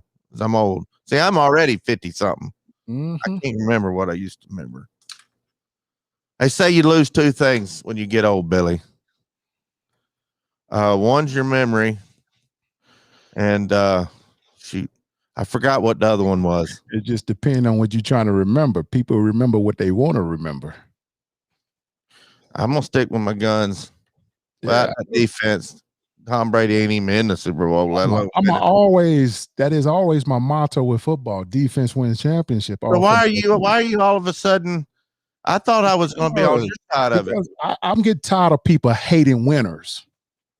I'm not a negative person. I don't care if the person is good. I give them respect when credit is due. Tom Brady is a great quarterback. I didn't say he wasn't. Did I say he wasn't that good? You act as if he had no part of winning that ball game. All right, I'm gonna tell you two reasons why I don't like Tom Brady. And he played for the Patriots and he always won. The same reason why everybody hate Alabama, because they're good. No, partly, but not everything. ESPN and the Heisman Trophy, people give but not everything, because they get tired of winners. Partly, but not everything. Number one, he come from Michigan, which was the school that robbed us of the Heisman. And I got to listen to Crying Ryan tell me how many Heisman trophies that Florida Gators have and how many Tennessee doesn't have. All right, that's one reason. Strike one. Strike two, he was always playing against Peyton. Now, what people don't realize is Peyton was like, I don't know, 6-1 or 2 against Tom Brady in the playoffs. And everybody says the playoffs is what matters. Playoffs is the only thing that matters. But when it comes to the playoffs, Peyton has a winning record against Brady. Now, but not so much in the regular season, but in the playoff. The playoffs don't matter. Then they bring up his overall record. But anyway, I just don't like Tom Brady. All right, here's the other reason. I had a nemesis that I didn't like very much who was a New England fan. That's another reason why I don't like Tom Brady, because he had a Tom Brady jersey. That's the third reason. Let's see, another reason. I don't know. He broke Peyton's records, and you should be fighting for your teammate. I fight for myself. There's four or five other reasons, but it ain't because he's winning all the time. When they were my teammates, I'm a totally different person here. I have to fight for myself. I give credit where credit is due. I'm not saying he's not a good quarterback. Yeah, you didn't say anything. All you said was if he didn't have a defense, that game. Clean the wax out of your ears, Billy. They had the same defense the year before. What did they do? He wouldn't have been in the Super Bowl without his defense and against Green Bay. If he wouldn't have, tell me this here then. What did that defense in Tampa Bay do last year before Tom Brady? I don't know, but I know what they did in the Green Bay game, and I know what they did in the Super Bowl too. And once again, I'm going to tell you, if Tom Brady wasn't on that team, that wouldn't be that successful. You're right about that. As soon as he went to Tampa Bay, without Tom Brady, they wouldn't have been in the AFC Championship game. I give them that. They may not even made the playoffs with Mr. Crab Legs Winston. I know they wouldn't have been. So how would they win if Tom Brady's not there? I'm just saying that they wouldn't have beat Green Bay without a boneheaded call against Green Bay, period. No, it's hard not being right all the time. And you don't listen to me. I can't listen to anybody that don't understand the meaning of team. I do know what a team is. That's what I'm saying. It wasn't just one person. I'm just saying the defense, the last two games of the season, won them games, period. He wouldn't have not won. Without Tom Brady, that team wouldn't have won. Probably, maybe so. All right, whatever. I'll give you that. I just don't like giving credit to players and teams I don't like. It's like giving credit to Alabama. I don't like it. It bugs me. Okay. Kevin Bear says teams win championships. Case in point, the 85 Sugar Vols. Yep. Mm-hmm. Actually won it in 86, but it was 85 season. Mm-hmm. Was it Jack Merriman says Belichick build a team to let Brady win? Okay. All right, we're going to go on. We got Mac Jones going to New England. I think they got a great coach. They got a lot of pride in New England. I think he's going to be a good quarterback and he's going to win. Well, tell me this then. Belichick won't be there long enough for him to be successful. Really? You think he's out? Man, come on now. He's going to retire? Or is he going to go somewhere else? Look like this here.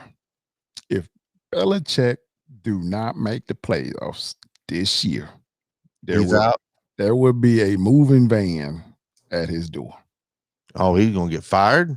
Oh, come on. Yes. You can't fire him with the losing all that talent. What's his name? It happens all the time. Retiring and all that, and Gronk being down, and it happens all the time. Well, you can't. So it's going to be like one of them Tom Landry things where you get rid of a legend and bring in a Jimmy Johnson and win 3 Super Bowls in what? I don't remember how many years. Wasn't very many. That's how it happens. But Herschel Walker won those 3 Super Bowls for Dallas. And I'll argue that to the grave. When they traded Herschel Walker to the Vikings, did you see what all they got? They got deals where if the player didn't play, then it turned into something first round pick. And Dallas purposely didn't play all those picks that they got from Minnesota just so they get higher picks. They cheated them. Anyway, all right. Kadarius Toney, wide receiver, goes to the Giants. That's what Ryan was saying. I think that was a good pick. Which one? Toney, wide receiver from Florida, going to the Giants. I think that was a good pick. They got a good quarterback. They're starting to build something in New York. Yeah, we know how New York is, though. They always do something to mess it all up. All right, I want to hear from my Titans fans. What do y'all think about this cornerback that we got from Virginia Tech for the Titans? They needed it bad. Was there let's see if there was J.C. Horn was the first cornerback taken, I think. You saw where number 8. That's a high for a cornerback. You saw where his dad was kind of mad that no one really talked about his son. Whose dad? You know, his dad used to be the big time receiver that used to play for the Saints. Who, Toney? Yeah, I'll tell you exactly who it was. Kevin Bear says we should have taken Surtain. I agree with that. Yeah. Once again, let me tell you guys how this works. This kid does something that you haven't really seen in a long time, and in a cornerback. And I'm gonna go with, and I'm gonna say it. I mean, he has that prime time situation where who are we talking about? Horn, the cornerback. Horn, okay. Yeah, the one that everybody said Joe Horn's daddy. Joe Horn was his daddy. Okay. Yeah, Joe Horn is his dad. So this kid, he doesn't let you catch the ball on him. He does what a cornerback's supposed to do: knock the ball down. It might not be pretty, but you can't catch the ball on him. He must not can catch like his daddy, or he'd have been a wide receiver. I'm quite sure he can catch himself, but he does better at playing corner because he has locked every receiver that he played in the SEC down. All of them.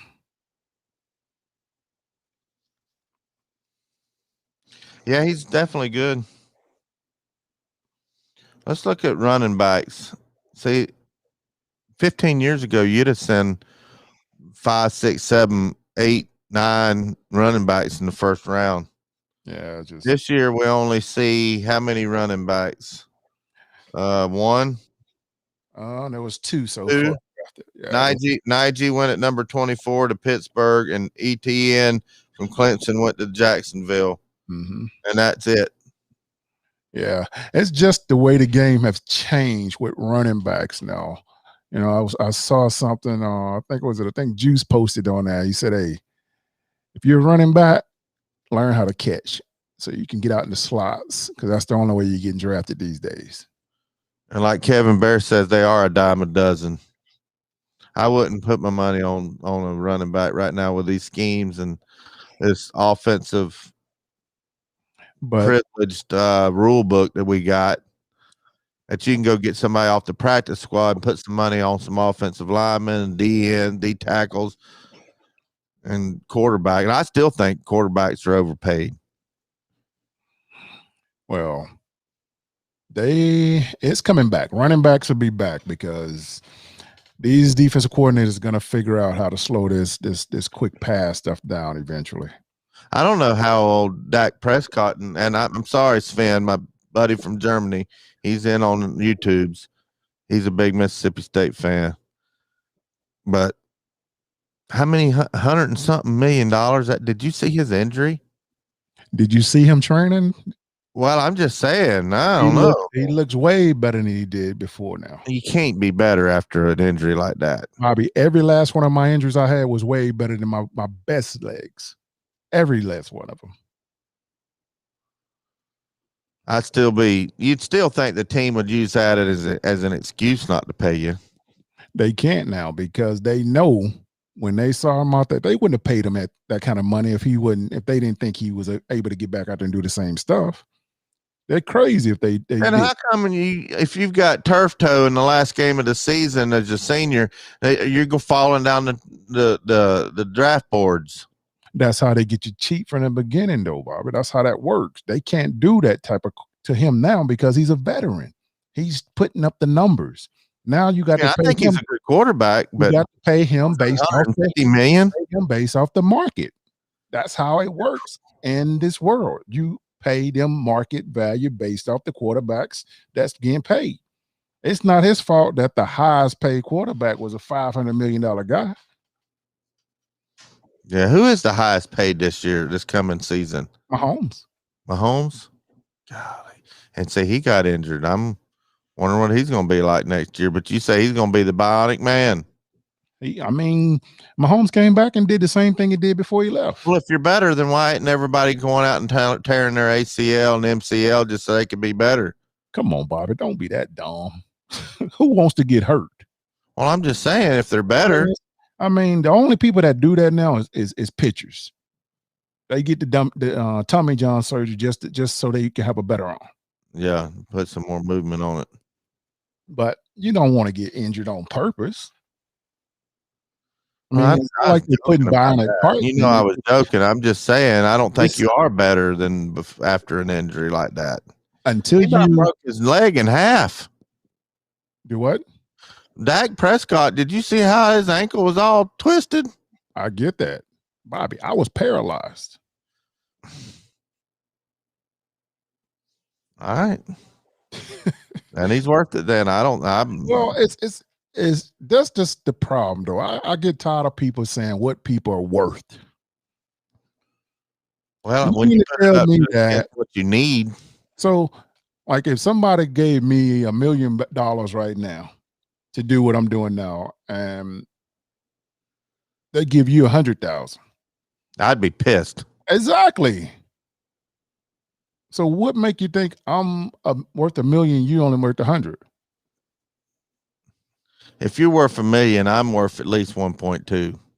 And that's how Dak Prescott thinks. So if anybody in their right mind think that they should be paid less for doing the same job, they crazy. I don't care who it is. If you really think that you're not worth more than the person that's playing in front of you or playing the same position, you're crazy. We do the same job. Why should I say, man, I just need 100,000? Are you crazy? If you get 400 million, I want 400 million too. Yeah, I guess. Kevin says Sam Darnold is going to get 19 million to ride the pine in Miami. And he's right. Because of the whole market value, man. When you start putting these contracts up like that, you can't bring them back down. Good grief. It's like right now with the whole college coaches with this buyout stuff. It ain't going nowhere. That's crazy. They're paying these coaches way too much. I'm like, fire me. I take the buyout. Yeah. And these buyouts are ridiculous. If Heupel's got a buyout, I'm gonna be mad. All of them have a buyout, man. I know, but no, they don't. Nick Saban ain't got one. Leave that crap you want to. He ain't got one. How you know that? Because I read it on the internet. Yeah, exactly. And you keep breeding everything. I'm just telling you. I'm telling you. That's what I heard. I ain't believing that. If all these guys got buyouts in their contracts, he's proven himself. Nick don't have one. I think you shouldn't have a buyout unless you've proven yourself. I don't think you need a buyout, period. I don't even think you need $1 million a year until you can prove you can win a game or two and beat Georgia State and BYU. I don't think you should get $1 million. But no, what does Tennessee do? We pay Georgia State $1 million to come up here to Neyland Stadium and kick our butt. Once again, market value is how it's paid. So market value for a butt whooping is $950,000. Is that what you're saying? Market value is how it works. It doesn't matter. Ain't that mad? I was saying I wasn't mad anymore, and I was mad because I wasn't mad anymore. Now I'm fired up.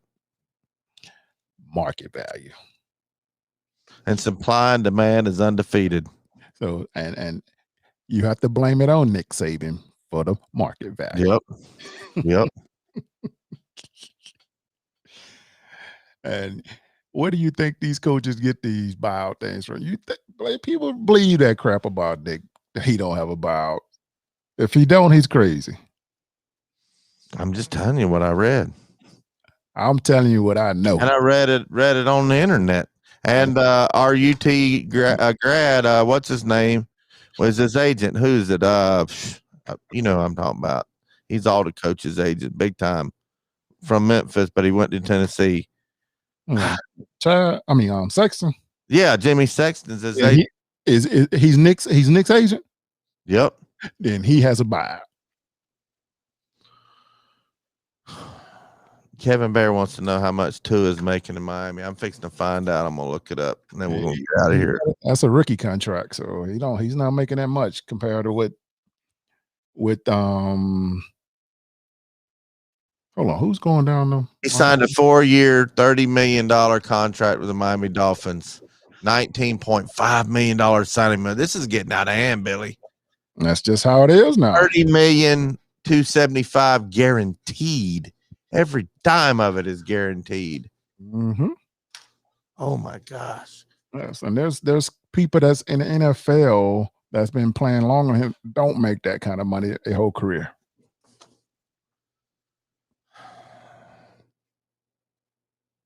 We're in the wrong business, Billy. We need to start working out for a team and at least be a snap holder or something. They make $475,000 or $500,000, don't they? Oh yeah, contract. Oh I could play special teams because I could hurt somebody. I'd go down there and I'd knock somebody out. Yeah, but whenever you do that, they're gonna take your check. I'd be like Ronnie Lott. Oh yeah, Ronnie would have had about he'd have been water. He'd have been fined every week. I'd knock that punter out and I'd stand over him like Leonard Little did that Auburn guy. That's what I'd do. Yep. Then you'd be kicked out the league. You know, Leonard told him something when he was standing over him. You had to. You know, Leonard Little told that Auburn player something about his mama. You were there. What did he say? Are you privileged to say? What did Leonard Little say to that boy? He said, "You want to go night?" Yeah, I'm telling you, man. I mean, all those guys, man. I mean, They would. I mean, that's why James Harrison don't play anymore in the NFL. Yep. Because he was knocking people's heads off. He was getting fined for legal hits and people calling him dirty. Legal hits. I know, guys. I watch a lot of football with Billy in his living room. He is hot at least 10 times every time we watch a ball game about these hits. Oh, he's livid. And every what time really they throw a penalty, Billy's upset. They go and watch the hit replay and still say it was a bad hit. And then on Monday they come back and say, "Oh, we're sorry. We got that wrong." Yeah, you didn't get it wrong. You Vegas got paid. I'm telling you. See, now you're about on my wavelength. I'm telling you, this whole thing's rigged. You've argued with me about that for 2 months now. Now you're starting to admit little tidbits.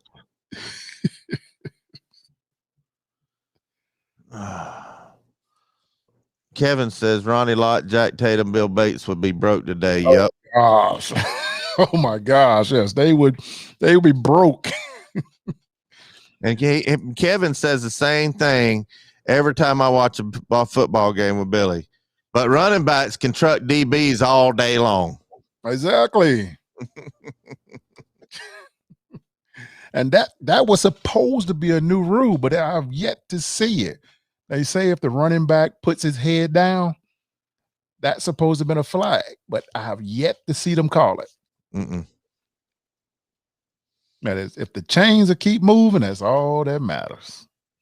All rules are for the offense. There's not one defensive rule. And I don't like it. Too many points scored.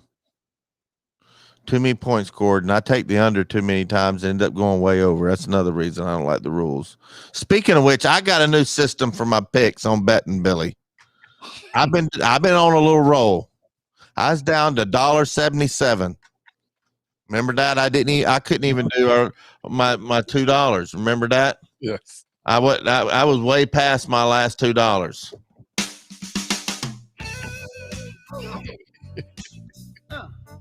This will be our last segment.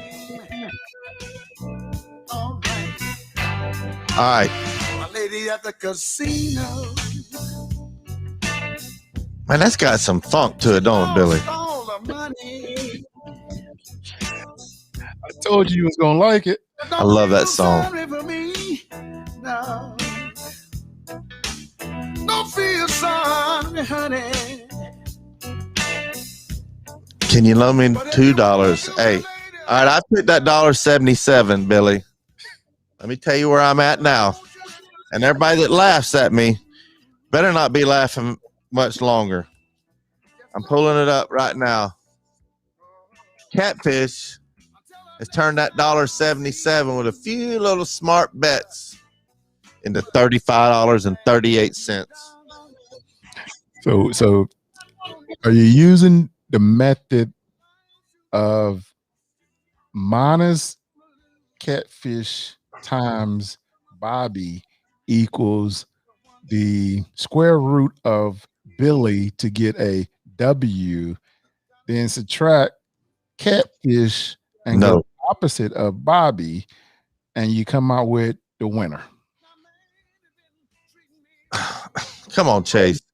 Chase says my new system is listening to number 40. No, I got this $35 on my own. I listened to him on a couple of them. I admit that. But I still had to place the bet. It don't matter who I listen to, as long as I'm winning. How, you guys, y'all heard that right? He don't even believe that himself. So how much? So if you were to listen to the fans, the chat, and me before you got to that $1.77, where do you think you would be at now? You will be somewhere where the Bitcoin worth is now. All right. I did start out with 100. That is true. But I lost $98.33 along the way. But I don't look at it that way. I was learning the whole time. As failure ain't failure if you're learning, Billy. I was learning, I was scheming, and I come up with a system. Can you teach us that system? I'm fixing to. If you let me, you went off on a rant. Okay. Let me tell you my last couple bets. I'm muting my mic. No, you ain't. All right, I'm gonna look at my graded bets, and this will make you your rent money. All right, I've been taking these favorites where they're not barely favorite, but they're not humongous favorites. They're not favorites where, you put $1 and win 97 cents if they win, plus minus 110 type favorite. I don't mess with those because those could trip you up. And I don't take the minus 10,000 because I ain't going to put up 10,000 to make a penny. I've been taking the minus 250, 350, 450s and putting I don't put no dollar. You can't make it out of the hole putting $1 or $2 on these types of minuses, money lines.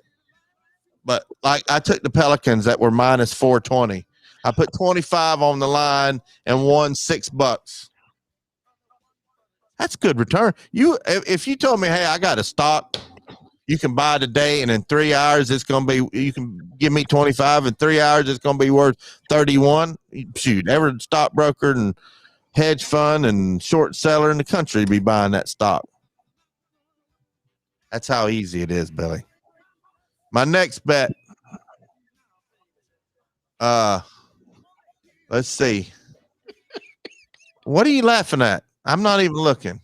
Oh, Chase has got me going over here. What's he saying? I can't look at that chat right now. He better not be flapping his gums. He said $35 won't pay my rent. Because he said it sounds like you in the hole. You keep laughing. When I get this bankroll up to about 550, then y'all start listening to me. I'm not even gonna tell y'all anymore. I'm done. I'm just telling you, take them favorites that are home favorites that are, in the 250 or higher. I get a little nervous on them minus 250s. I'm not about like 300, 400, 5. You can make 25% on your return. Do that all day long. I just put up for tonight. Regular season, 76ers are favored to win tonight. I don't even know who they're playing, but they're minus 450. I put 30 on them, and I'm going to win $6.67. And then when y'all keep laughing, I'll be over $40 after this game. And I'm just going to keep doing it like that. What did you say you just did? You say you put $30 on who? On 76ers for tonight. I don't even know who they're playing, but they're minus 450. Because with my system, it don't matter who they're playing. And if you lose this game, how much do you have? That is going to be a tough one. I have $5 left. Hey, if I got here with $1.77, I can get back with $5. So, are you not going to listen to anything I say anymore then to get your winnings back up after this? I am getting it back up. I've got it up to. It'll be over 41 tonight. So I'm already counting my chickens. Well, I don't know if you heard about the betting world of don't count your chickens before they're hatched. This ones you do. I have a feeling you went to the wrong side of that one because Atlanta typically will put up 140 points tonight. It's Friday. So you saying I'm going to be back down to $5? I wish you would have talked to me before you did that one. I ain't buying it. Kevin wants to know what's the odds on the UT games over 6 wins. I think our over under I saw somewhere was 4.5 wins. We're going over that, Billy. Yeah, I like that one. I'll take the over on that one. I really do. Hawks up 26-22. I think that's who they're playing. Oh no. That's early. If gosh, what's his name that plays for them that always that is who they're playing. Trae Young. Mm-hmm. If he's playing, it's gonna be a long night. Don't start that with me. Don't start. Well, all they have to do is foul Dwight Howard, and it's like a hacker shack. Now you got a chance to win. I'm not gonna jinx you. I hope you win, but I did take. I'll be at 41 tonight, and you know how much I'm gonna bet my next game? It ain't gonna be no 30. It's gonna be 35. It's gonna be $1 because you're gonna have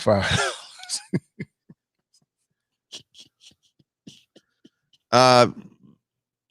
Chase wants to know who's winning the Bobby versus Billy. We've recorded some stuff. We just put one up. I had to take it down for sponsorship reason, but I'm gonna put it back up. Billy's had 3 games to 2,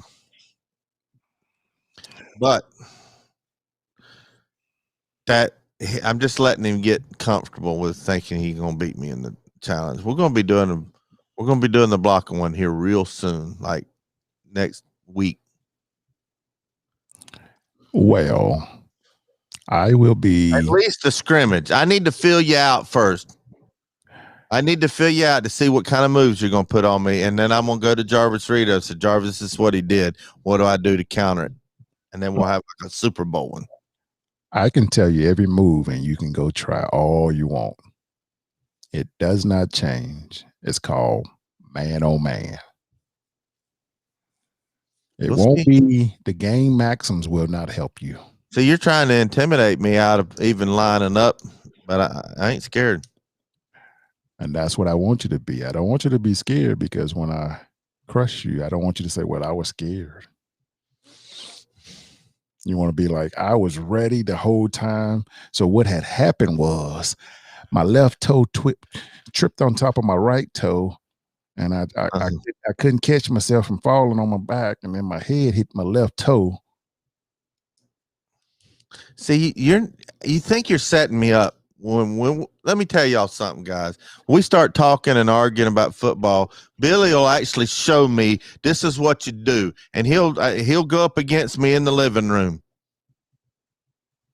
I've been remembering, and I'm teaching everything you. I'm giving him the edge, but he won't take it. No, see, he thinks that I'm going to think that's what he's going to do against me. So basically, what's going to happen is we're going to have that still shot of number 1 standing on top of Auburn kid, and I'm going to be like, you just got knocked up.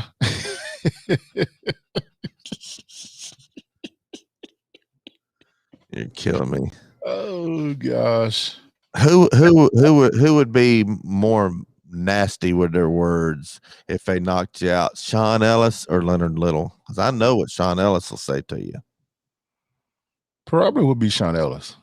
Yeah, that's what he has no filter when it came to trash talking. I had a buddy of mine that says that he was really into high school football back when Big Cat played in Anderson. He said they played us. He said he's playing tight end, and he was dragging our whole team down the field, and he was talking about what I can't even say what he would told them boys about their mama. I can't even repeat it, but he said you could hear it from the stands. And I believe that. Oh, I know that. He said one time, Sean got tackled or something. He said something to that boy or something. And he said the ref was looking all embarrassed and scared. Everybody's already saying I'm going to need an ambulance. What is the odds? We need to find some way to put some money on, because if I can find somebody to take money, we're going more than 4.5 wins. I don't even think Bet Now even has them kind of odds. Where can I place a bet like that? They should have that on there. The future bettings. Where? The props. It should be on there somewhere. Let's see. Let me see if I can find it for you. Normally they have this. Oh, futures. There we go. No, it just has MLB futures. Let's see. Yep, they haven't put them out there yet then.